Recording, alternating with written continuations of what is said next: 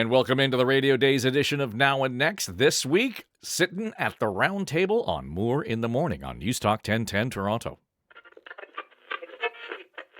Let's actually start with the rail conversation we've just been having. And there's the waterfront LRT, but I want to start with the high-speed train. Tim Hudak, I think this is, I hate the expression, but it literally is game-changing. I don't know why Pierre Poilievre would be so foursquare against it, but I guess he is.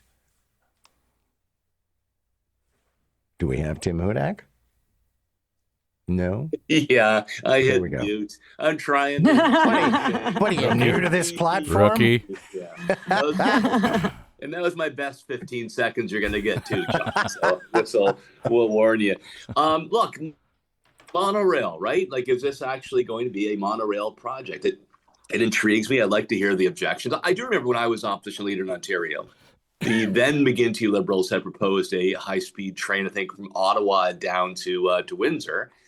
And, I raised concerns about if this was just a dream project without really good grounding in math, and suggested instead we use existing lines and expand the frequency of rail between Ottawa and Toronto, and then take out some of build around where it was dense with commercial so passengers could get across, without having to stop and go on the side for commercial traffic to pass. So we'll see what he has to say, but I think it is a valid argument to make. I'd like to see more details on the critique.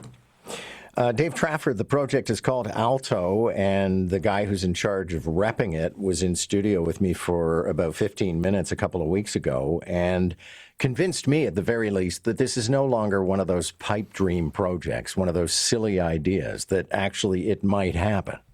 We're traveling to Europe later this month, and this is just part of our plan. The high-speed rail in Europe is just part of the way you get around, and it's efficient, it's easy, it's convenient, all of those things. And so the degree to which it gets used in Europe, and we seem to kind of reinvent the freaking wheel every time we start talking about this. Yes, we need to do it. I think there's some debate around, where the stops are and where the actual line is going to run, and do we have it in, sort of farm sensitive areas. I think those are legitimate conversations, but just to throw it out with the bathwater, I think is a little premature. Yeah, and Tamara Cherry, with love to the people of Peterborough, I'm still not sure why it goes to Peterborough. Yeah. I mean, that's a good question. But I think that what this does for Pierre Poilievre, bottom line is whether or not this train project goes ahead, it's got him into the headlines today. And he is living in a news cycle right now with our very statesman-like prime minister, taking a lot of headline space up. And he's in a battle for relevancy. And now with Avi Lewis at the helm of the NDP, I'm not saying that he's going to be staying in the headlines, but he certainly is right now. Pierre Poilievre needs to be making headlines. And I think that when he's talking to especially not just his base, but anybody who's feeling the pinch at the grocery store and whatnot these days, it is a smart move for him to be coming up and saying this is going to cost $8,000 per family. And I think he had a line in his news conference, something along the lines of, people can spend $8,000 on a lot better things than on this rail line. And when he is saying that, there's people out here in Saskatchewan where I am and the rest of the country that are thinking, yeah, I can spend $8,000 on a lot more than a rail line for people at the center of the universe. So I think it is smart politicking. I don't know that he actually agrees with what he is saying.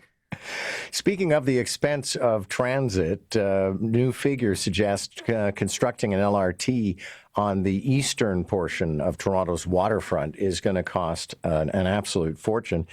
Dave Trafford, I'll start with you on this one. I thought it was a really interesting conversation we had with an infrastructure expert just a few minutes ago on the show, where he pointed out that in Europe, somehow they managed to pull this kind of stuff off for much, much less. Again, you go back to the culture of the travel and transportation in Europe versus North America. We're more married to the car in terms of how we get around.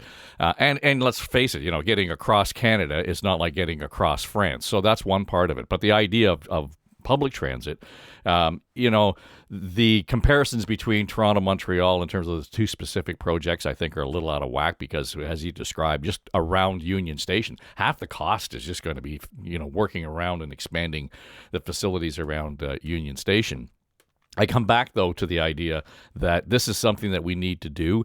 The key, though, for the criticism that came down, it was more or less around the process. It was how well we were planned, lining things up in order so people aren't standing around leaning on a shovel waiting for somebody else to make a delivery or finish a job so that they can continue. And I have heard that scenario several times from guys I know who work with and for Metrolinx over the years. It's not that's one of the bigger problems that they've got. They've got a contractor who's dug a hole and nobody there to put the cement in it. And I'm paraphrasing, but that is a real issue, and that's a time killer and just kills the budgets. And Tamara Cherry, it's true. I find myself reflecting. I remember when it took an extra 5 years to finish off Union Station, and I thought that's 5 years of person hours. Like, those people show up for work every single day and get paid. Ditto for the Eglinton Crosstown. Yes. And my husband, who has for many years ago, when I first met him, he was working in the trades, and then he went into advertising, and now he's actually gone back to the trades. And it's been really interesting to see him working on these really big projects. And when there is a certain trade that is getting ready to come in on the project, like my husband's a plumber, then everybody's doing overtime to make sure that they get done so that the next person's ready to go. And then they get to take a little bit of a break, not a break, but then they're just working regular 40-hour work weeks. And then they're getting ready for the next people to come. So to think about these big publicly funded projects dragging their feet like this, I don't know how they get away with it when there's so many other projects that do it right. Tim Hudak, you've certainly been associated with, not directly, but I mean in government and elsewise in construction of major infrastructure. And I guess people can be forgiven for being somewhat jaundiced about this new project and what it's going to cost. Yeah, but you do pay it, right? I mean, the lifetime of a subway project is what, 80 to 100 years? So just like you pay for your mortgage over 20, 30 years when you amortize, it's even longer for this. So I think the math actually does work out here. I've been a proponent of this project, John, and when I was CEO at the Ontario Real Estate Association, we put this in our top 10 projects that we needed to see to help people get to work faster and to encourage more investment and more housing. And on the housing side, I mean, the Portlands is going to open up probably about 75,000 new spots for young families and individuals in the city of Toronto. And we can't forget this line also goes from the Portlands, right, not only to Union, but it also is going to go, west past Harbourfront to Island Airport and link in with the Ontario line. So it is an ambitious price tag, but it's an ambitious and needed project. And building a tunnel right into Union from Queens Quay, I think this is a worthy long-term investment, and I'll stick by being a champion of this one. Yeah, no, I'll champion it right along with you. The city is lightening up on food trucks, vendors, and buskers. Dave Trafford, this is often a city of joyless scolds, so I'm encouraged that we're finding a way to make something as simple and joyful as a food truck easier to access. And I heard you and Amanda Galbraith complaining about the buskers this morning, and I'm all team busker on this one, because I love it when you go downtown and there's some guy or woman there, they're doing their magic tricks or whatever it happens to be that they're doing, and that's what makes it fun to be a tourist in your own town, right? I mean, you can go downtown and enjoy it. You can have a hot dog. You can listen to some music, throw some change in the guitar case, whatever it might be. And it's the kind of thing where you can have this ongoing block by block street festival in a city where, we've had one of the worst winters that I can remember here in Toronto. So I'm just dying to have this stuff happen. Now, having said all this, it's going to City Council at a rather opportune time. And I just sort of throw this out there as the perhaps skeptical observer. But is this one of those things where it provides the mayor with all kinds of opportunities for photo ops and just, might be really useful in a campaign strategy? I'm just saying. It's one of those things, make you feel good, make you happy. Look what Olivia's doing for me today. Yeah, Tim Hudak, you work in the neighborhood I live in. I don't know if you've come across the guy who plays Burt Bacharach tunes on a baritone. No, but I'm gonna head there today. I'm looking out for him. Jeez, that's too good. Get your pocket full of change, Tim. Yeah, I'm with Trafford on this, John. I think this is exciting and it adds to vibrancy. I know when Deb and I are tourists in other cities, seeing a few buskers adds life to the streets. I like the notion of more choice, a little competition among food trucks. My only worry, John Moore, this is my second Simpsons episode reference of the day. Remember when Homer Simpson made his own car, right? The Homer. And I worry we will see a repeat of the disaster when City Council designed their own food truck, that hot dog cart that was like 5,000 pounds and didn't work. My worry, City Hall is going to mess this up. Open the doors, stay away, let it happen. Don't try to micromanage. Clock's a ticking. I want to hop to a few other files. And Tamara, this is very much in your wheelhouse. Victims Services Toronto expanding a safety campaign ahead of the World Cup. It's called Ask for Angela. And effectively, there are certain venues where you go. And if you say, is Angela here or something like that, they know that you need help. And then they can separate you possibly from the person who may be holding you prisoner to a certain extent. Yeah, this is excellent for victims and survivors of intimate partner violence and human trafficking. They know that, people often ask, why didn't she just leave? She wasn't handcuffed to the bed, or the door wasn't locked from the outside. And the psychological harm that goes into this sort of victimization is so immense that these chains are often invisible. So just to have people in public who are saying, like, we see you and there are people to help. I don't think that most victims would be calling that number or reaching out, but even if just one does, then I think that this is a worthwhile campaign. So I'm very happy to see it happening, and I hope it sticks around long past the World Cup. Can't be easy to be a person named Angela, mind you. Yeah, well, it's not Siri. At least it's not Siri or Alexa.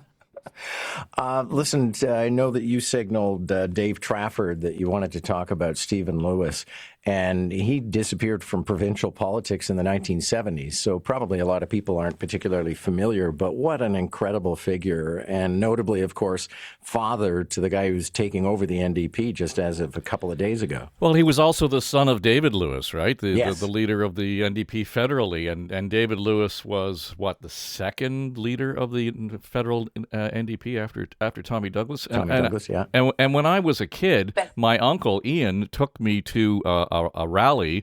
It was where David Lewis was running here in Toronto, and I got to sit in the room with, I don't know, about 8 or 9 years old, whatever it was at the time of the election, and I was just enthralled by him at that age, and then did know that Stephen Lewis became the leader of the opposition here in Ontario. And everybody talks about what a great orator he was, and there's no question about it. But you and I and the rest of us, we tend to speak in, short phrases, maybe a sentence or two. We throw a verb in once in a while. Stephen Lewis spoke in paragraphs. I mean, that was the extraordinary part about the guy. But beyond his politics, it was the force that he had on the world stage, at the UN, in Africa, on the AIDS file. So, to limit what he did to provincial politics, I'm not suggesting you are, but that's a very small part of his impact. Nationally and internationally. So, boy, we need more Stephen Lewis in our lives, whether you agree with his politics or not, just his ambition and his passion for what makes this a better place, for sure. Mm-hmm. Thank you all. Good to have you. Tim Hudak, Dave Trafford, and Tamara Cherry, and former Ontario Premier Bob Rae will be with us at 9:20 to pay tribute to Stephen Lewis. What kind of a world do we live in where the life of an African child or an Asian child is worth so much less than the life of a Canadian child? This is NEWSTALK 1010, CFRB AM, Toronto, a division of Bell Media and an iHeart radio station. Now and Next is an Eye Contact production.